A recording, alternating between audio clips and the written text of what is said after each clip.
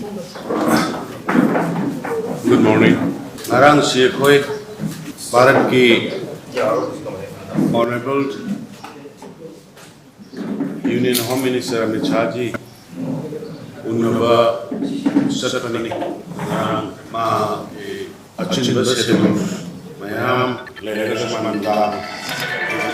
evening pung nipan the appointment lawraga koi tunai koi cabinet minister koi mari manga aduga ining thau yawi party president the manga atoi state security koi ba amani koi ba situation koi bajana bitore mana su hena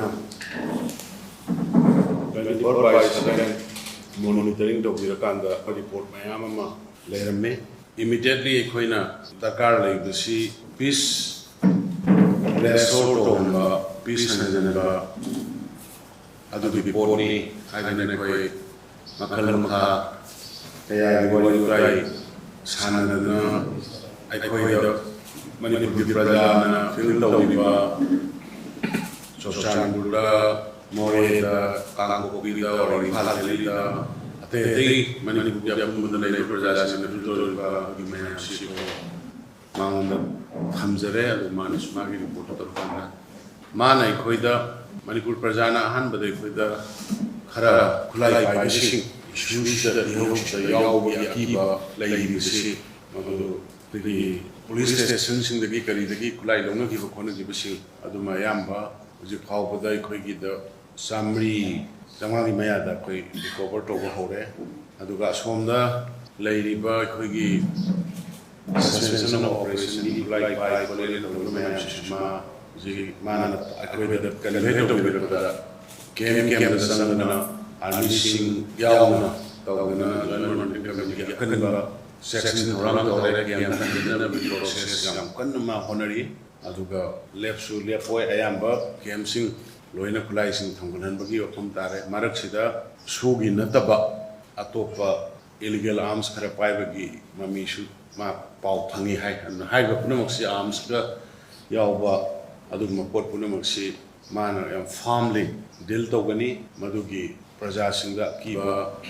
phawni bu phawna honami hagi chapcha ba screens amamagiri aduga aikoina kanani Penadabagi, misunderstanding Kaunadiba, Hainari, Manadi, Mayam, Sigi, Makamana, Manipuria, Pundu system,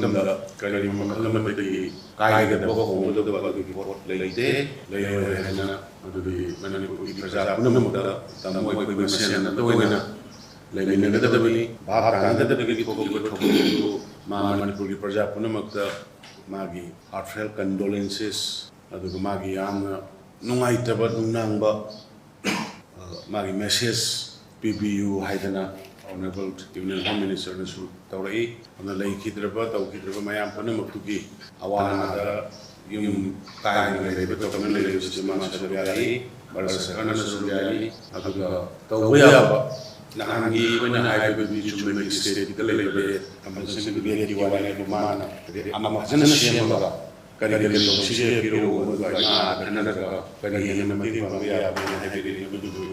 kari loksije piro thara among the ya bolorga lanjena raga leiba lebam jagon ne leiba mayam se koi yam tuna resettlement onona koi honagani haidana honorable union home minister masamang su convey to koi government ki side ki su manipur ki praja mayam da appeal to jari marak sida aina manipur ki miyam da appeal to ne si Okay, but to the Marala Zitra, Karagari Shima, Lalan Tumbe, Matane, like the Musabu and the Gabira, Nana, Mashig, the Bakery, Saragar, Mayanda, Magadi, the pen, the Nanga, Mayanja, the Share, Toba, the Lady Tanda, Tala. Mayam awana mayam imanase da kadi mamakul na tigi really dharna community amagi oiba makhal nungai roi da mawongi write up play card slogan kadi makhal na tigi to bidana ba koi Manipur sarkar ge mai kai dagi mayam da appeal tawjari rally tawbiganu dharna tawbiganu sarkar ama leiri nahandagi mayam tawbiganu koi leijari koi tumde chade mayam gi awa mayam se pai tawra nga ka de kan de ke na soine gi soi gi ka makha na baina koi foothills areas in leiri areas in paramilitary forces in kami Sosanpur gi adagi kanada gi Kangkopi Imphal gi jaga da leiriba koi gi shelter leiriba relief camp sing moigi asata kari wali kamai tawri na tawri sauning badagi saubadagi road blockade kari tawri mayam se koi hangna na ba yam kanna union home minister gi level da maram di he koi gi praja ngata ni force na seasonarga khosinarga tawboi mahota koi fajana ma koi bu convince tawminarga porangna bagi koi kan honori difference way lambi sing koi kan honori ana mayam gi leiriba warba dagi sana na bagi kari wasi koi Alhamdulillah na pagdo sa sarkar gi ang ambita ko na jari agan mo nai mayam da ko din ni se ziki hai ba ko din home minister sa jin gi ba experience lo ga gi sarkar mai gi gi jare experience ha jare ga na ai amu na saunur ba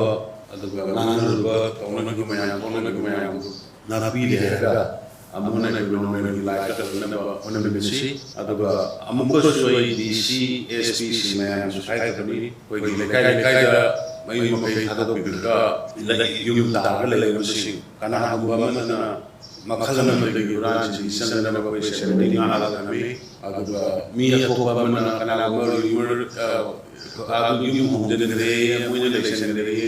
hai na si yur am mas go ba si ma tabi gi mayam koi Manipur si rumors am kalalle rumors na rumor la da please mayam da process do you process do you kan do you ga am na in ya gi ma si ai ya pressure do ya na lu ko ya na sensitive issue da ya na restraint do you ga community ya ga community ga marga or government or central government plan uda da mo so ka honori si ni bias da mo phombi da Yang restraint to Canada, ground reality to the base or community to the base or Iran and the so many family and media difference na makata na media difference na autonomy yani community yung mga kain may ba high to su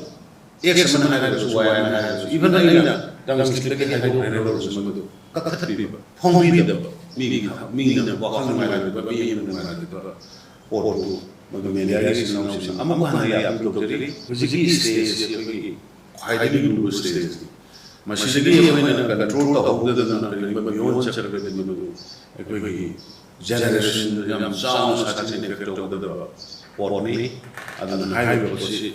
media is now sing marong sing gi choro role play ya ko relationship society kunam mo dai na doctor sarkar ta ko si ko da mang khara piu ai dharna to ba rally to ba record file to ba adu to ko ne am si ko ga ni ma si so bigino ai honorable union home minister am sadi magi conscience magi conviction very clear like commitment man notice the bharat sandi lamba me particularly manipur ko ko thosima athuma madal sandi paraga english na na ni la la kala na bono da masagi issue ni mayam khawla matani ni ba mene jab ni sabtam amma issue ni ta ma clear cut thamai